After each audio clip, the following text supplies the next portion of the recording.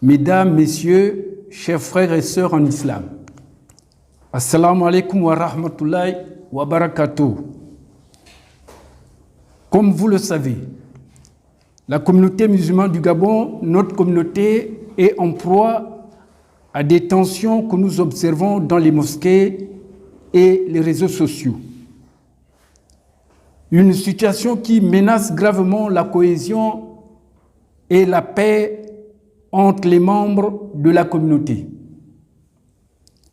C'est dire que cette situation ne peut que personnellement me rendre sensible au même titre que les autres frères et sœurs.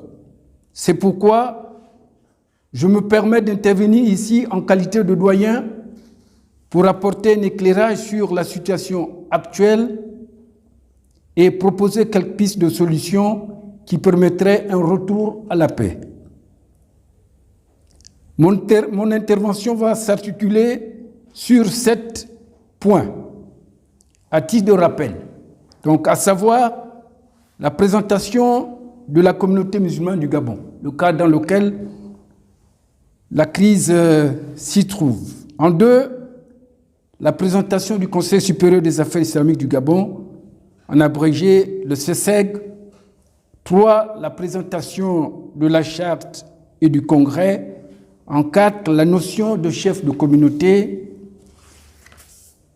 5, la démarche des imams qui est à l'origine de la crise. En 6, la relation pouvoir public et communauté musulmane du Gabon. Et enfin 7, je ferai la proposition de solution pour un retour à la sérénité dans notre communauté.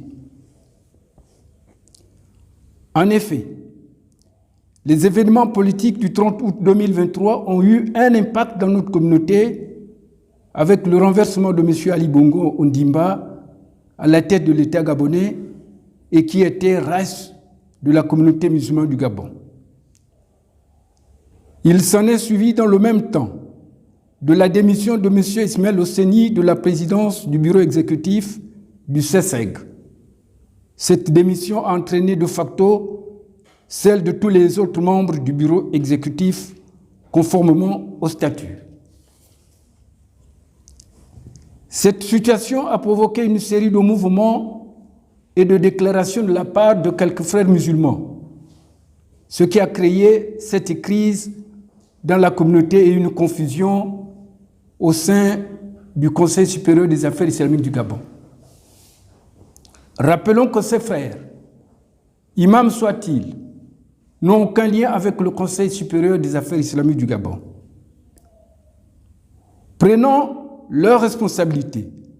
Les membres fondateurs et les membres adhérents du CESEG ont organisé le 20 septembre 2023 une assemblée générale extraordinaire. Un nouveau comité directeur a été mis sur pied. Donc, c'est pour rappeler que le CESEG a un comité directeur dont j'assure la présidence. S'agissant de la communauté musulmane du Gabon, lorsqu'on parle de cette communauté, il ne s'agit pas d'un ensemble homogène. Elle est complexe et composite. Hormis les mosquées et les fidèles qui sont visibles, à l'intérieur, on y trouve des nationalités, des courants de pensée, des doctrines et des idéologies religieuses, les unes opposées aux autres.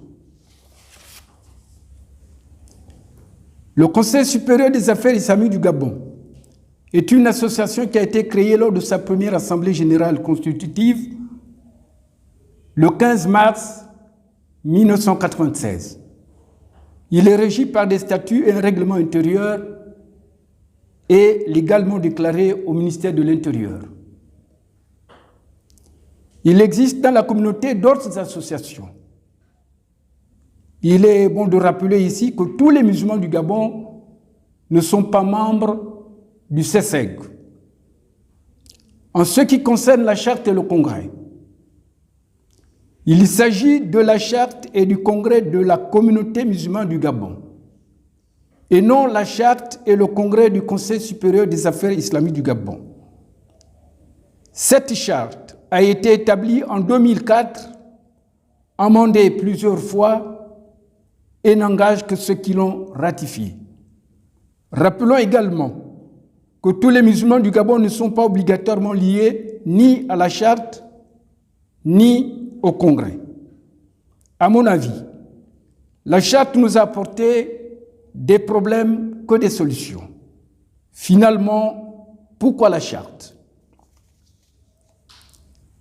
Pour ce qui est de la démarche des différents groupes d'imams, qui est à l'origine de la crise actuelle, nous avons observé des groupes d'imams qui ont profité du départ du RAIS et de la démission du président du bureau exécutif du CESEG pour faire leur sortie et créer la situation que nous observons aujourd'hui dans la communauté.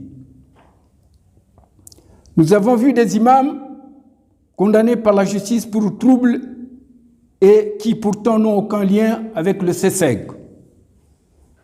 Étant membres de la communauté, les imams sont libres de tenir leur assemblée et de constituer leurs associations. Pour la notion de chef de la communauté,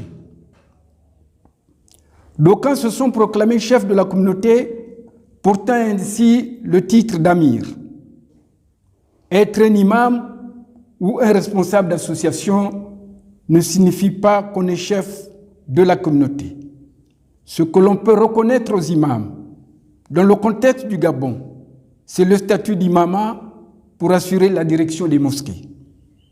Rappelons qu'il n'existe pas de clergé dans l'islam, donc pas de pouvoir de commandement, c'est-à-dire pas de chef perché au sommet d'une hiérarchie et qui dicterait des lignes de conduite à ces sujets. En islam, la relation avec Allah est personnelle et sans intermédiaire.